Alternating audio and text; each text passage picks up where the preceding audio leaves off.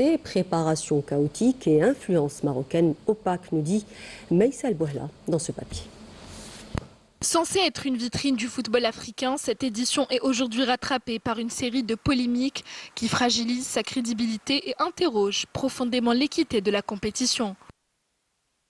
À l'occasion de cette coupe, le continent africain a été la risée du monde. Les Marocains sont arrivés à ridiculiser le continent africain, à jeter l'opprobre et le déshonneur sur le continent africain. Oui. Et cela, bien sûr, est un projet bien calculé, bien préparé. Depuis le début du tournoi, les erreurs d'arbitrage se multiplient souvent lors de matchs décisifs. Plusieurs sélections africaines et observateurs dénoncent des décisions contestées, parfois lourdes de conséquences, avec un constat amer. Et figurez-vous que les Africains sont unanimes à dire que c'est la pire CAN qui s'est déroulée ces dernières années, avec de nombreuses provocations, avec un arbitrage choquant. Il ne faudra pas une minute. Donc, non, ce qui serait bien, ce serait qu'on gagne un petit peu de temps et qu'on leur donne leur coupe directe et qu'on arrête de me prendre moi pour une bille en tant que spectateur, qu'on arrête d'insulter le foot et qu'on arrête d'insulter ceux qui jouent au foot, les joueurs, parce que c'est les premières victimes. Ce que j'ai vu ce soir est invraisemblable. T'as un défenseur marocain qui met le coude dans la gueule du gars, l'arbitre dit rien. À chaque fois qu'il y a un coup franc pour le Cameroun, le Marocain se met à 1 mètre pour empêcher de jouer vite. Il a jamais fait le ménage. Et il y a évidemment ce fameux penalty. Bon, là, ça s'est vu. Regardez bien l'attitude de l'arbitre. Il est ennuyé parce qu'il sent bien qu'il s'est passé quelque chose. Il sent bien qu'il est dans la sauce. Il sent bien, mais il est en service commandé et ça peut pas se passer autrement. Bon, le niveau arbitrage, c'est la déception. Franchement, c'est la déception. Malgré la présence de la VAR, on a vu beaucoup de situations contestées et contestables.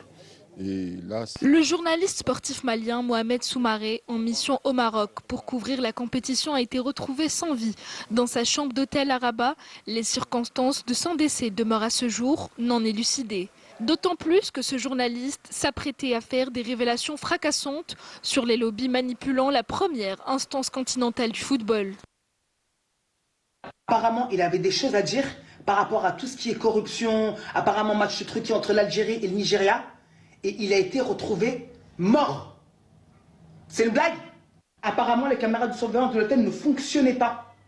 Un autre journaliste a également été retrouvé mort. 2 journalistes qui voulaient dénoncer des complots lors de cette CAN. Qu'est-ce qui se passe ? Mais derrière cette succession de décisions contestées, un nom s'impose désormais au centre de la polémique, celui du premier responsable du football, Omar Zane, devenu miraculeusement acteur des instances africaines et dont l'influence au sein de la CAF est jugée tentaculaire par de nombreux observateurs. L'autre problème qu'on a, c'est qu'en fait, il y a beaucoup de gens qui vont être inféodés à Fawzi Legja, le président de la Fédération royale marocaine. Et en fait, comme tous les autres, Fawzi Legja, il a aussi des dossiers. Parce qu'à l'époque, rappelez-vous de ce fameux dossier, lorsqu'il gère le club de Berkane, on explique qu'il aurait mis un coup de tête à un arbitre éthiopien. Ça avait fait un grand scandale, etc. Et puis l'arbitre éthiopien, lorsqu'on lui a demandé de finaliser tout ça au Caire, il n'ose pas. Et il y a certaines personnes, si je vais au bout, ma carrière, elle est finie. Ça vous donne un peu une idée de la terreur, il n'y a pas d'autre mot, qu'inspire Fawzi Legja. Ces dérives prennent une dimension plus grave à la veille de la finale, après un communiqué de la fédération sénégalaise dénonçant des conditions de préparation jugées inacceptables, déplacements sans sécurité adaptés, absence de stade d'entraînement confirmé à moins de 24 heures du match, des pratiques déjà dénoncées par le sélectionneur égyptien. Et le pays hôte en Algérie, ça s'était très bien passé. Et sur côté organisation, tout, on était vraiment satisfait avec l'équipe locale. Et à la fin, ça s'est très bien passé. Après, ici, hier, vous avez vu, je préférais ne pas en parler. Notre fédération en a parlé. Je pense que les enjeux d'un football ne doivent pas nous amener à faire certaines choses. Parce que quand on voit, aujourd'hui, c'est l'image de l'Afrique qui est en jeu.